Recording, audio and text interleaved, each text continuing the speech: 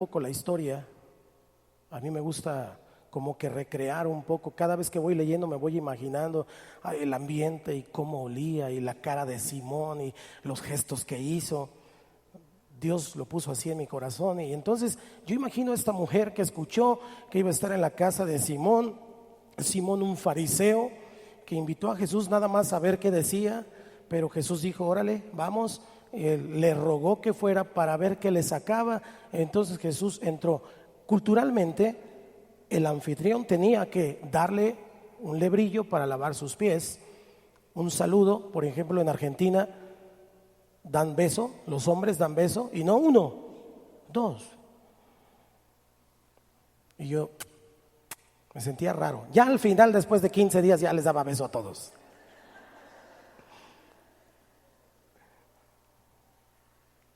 Daban beso, la Biblia lo llama ósculo santo, y entonces después tenía que darle una bienvenida, pues ceremonial casi, porque los judíos tienen ese asunto de ser anfitrión como algo muy importante.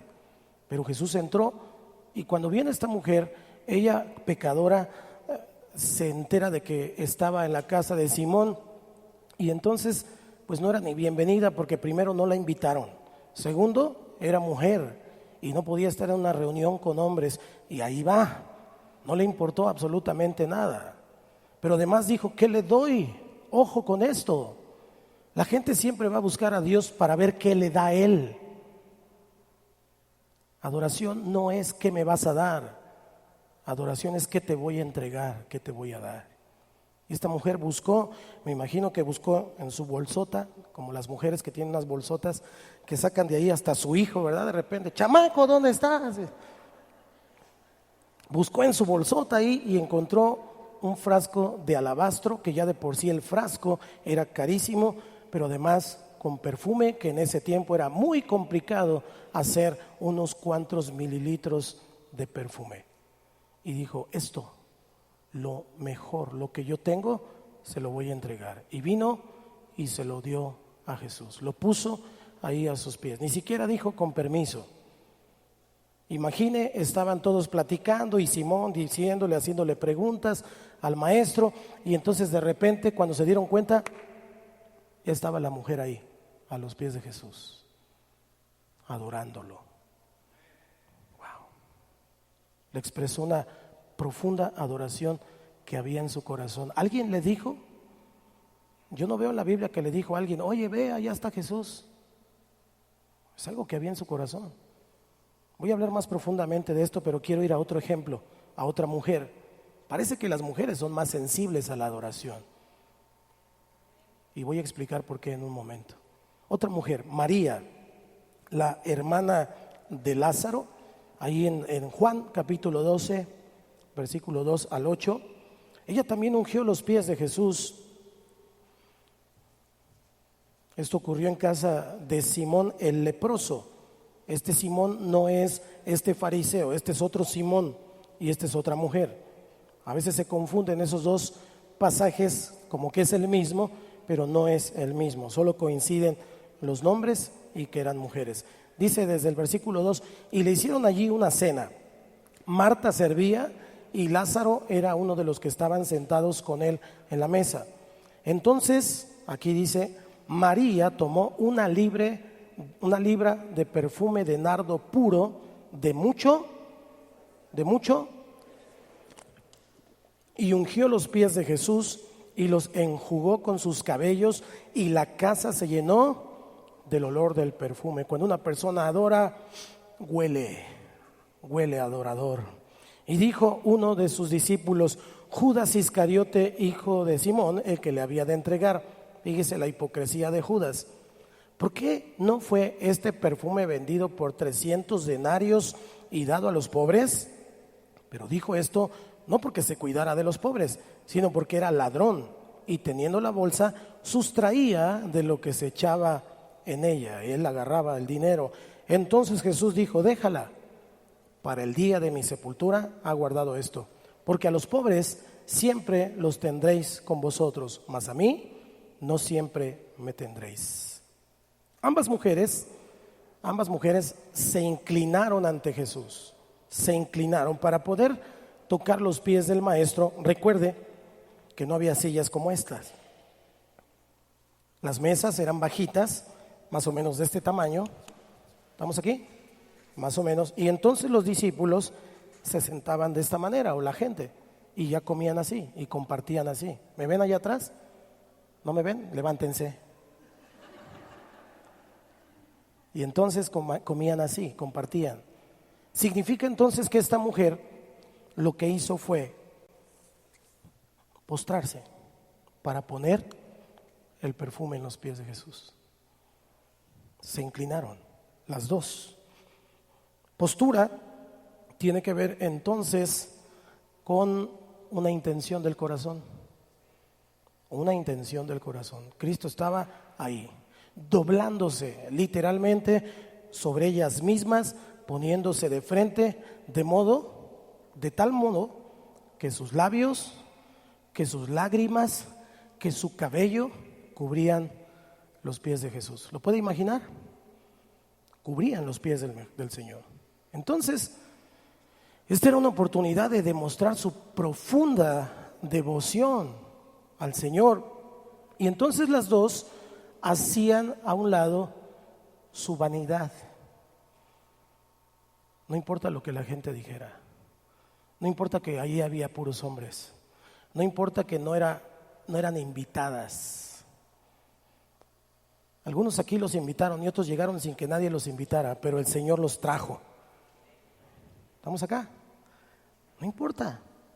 Y entonces fíjese lo que pasa, algo aquí, muy importante. Cuando ellas usan su cabello, la Biblia dice en 1 Corintios 11:15 que es su honra para la mujer debe dejarse crecer el cabello porque es su honra. Ahora no quiero decirle que tiene que traer hasta acá el cabello y todo eso, ya, arréglese con su marido. Lo que sí le digo es que su cabello no debe de ser más corto que el de su marido, ¿ok? O deja pelón a su marido para traer el cabello corto, o deja su cabello más largo que el de su marido, ¿ok? Entonces, su cabello es la honra, es su honra. No usamos velo por eso. Cristo rasgó el velo, ahora podemos entrar ante su presencia, pero a la mujer le fue dado un velo natural. Y entonces esa honra la usaban para secar los pies, para enjugar. Me gusta este verbo, enjugar. Esto estaba indicando que su mayor gloria, lo más importante, lo que les representaba mayor distinción y honra, no era nada ante la presencia del Señor. Y entonces besaban sus pies, derramaban sus lágrimas, ponían el perfume y con su propio cabello lo enjugaban. Enjugar es hacer esto, es como dar un masajito. ¿Se le antoja un masajito de pies? Eso estaban haciendo estas mujeres. Ahora fíjese, cada una de ellas tenía sus razones para adorar a Jesús. No eran las mismas. Porque tal vez podemos pensar, bueno, es que una era bien pecadora y la otra no sé qué. Fíjese bien, la mujer sin nombre, la inmoral, cuando adora a Jesús lo reconoce como el salvador de sus pecados, porque le dice, tus pecados te son perdonados. Incluso la pregunta que Jesús le hace a Simón es, ¿quién ama más? ¿Al que se le perdonó poco o al que se le perdonó mucho? Y algunos dicen, es que yo me portaba bien, es que yo nunca hice nada malo, es que yo era la oveja blanca. Cuando tiene ese tipo de pensamiento, entonces no puede reconocer que usted es un pecador, una pecadora. Simple y sencillamente pecamos porque somos pecadores. Así nacemos, es la herencia de Adán. Pero Cristo, el segundo Adán, vino y rompió esa maldición y Él pagó con su propia sangre para perdonar nuestros pecados. Entonces no es que una persona peque más y otra peque menos, porque delante de Dios el pecado es el mismo. Resulta que hay personas que reconocen su pecado y hay otras personas que dicen, yo no era tan malo, había otros peores. En ese sentido, entonces Dios le está diciendo al fariseo: ¿quién crees que ame más? ¿Al que más se le perdona o al que menos se le perdona? Y ahí está la conclusión. Una persona adora de acuerdo a su revelación del perdón que tiene de Dios. Si usted no reconoce que era pecador y que ha cometido muchos errores y que su vida pasada no era agradable a Dios, así se portara lo mejor de lo mejor, entonces no ha entendido lo que dice Isaías, que nuestras mejores obras eran como trapos de inmundicia delante del Señor. Cuando reconozco que soy un pecador, entonces reconozco que necesito su perdón. Esta mujer entonces representa esta parte de la salvación, del perdón de pecados. Y María, la hermana de Lázaro, lo recibe como Señor de su vida, porque ella lo unge. Marcos añade por ahí que ella no solamente derramó el aceite en sus pies, sino que lo derramó en su cabeza, ungiéndolo como el Señor de su vida. Por ahí en Marcos 14, versículo 3, si me ayudas a ponerlo por ahí, hijo. Entonces, ellas representan los extremos. Vamos a suponer que este es un abanico, puede verlo conmigo. Aquí hay un abanico y aquí hay dos extremos: el extremo de la mujer sin nombre y el extremo de María, la hermana de Lázaro. Cada una de ellas entonces representa un extremo para adorar al Señor. Entonces, ¿cómo empieza la adoración? La adoración empieza para cada persona cuando se arrepiente de sus pecados. ¿Cuándo se arrepintieron de sus pecados? Pregúntale al que está a tu lado: ¿ya te arrepentiste?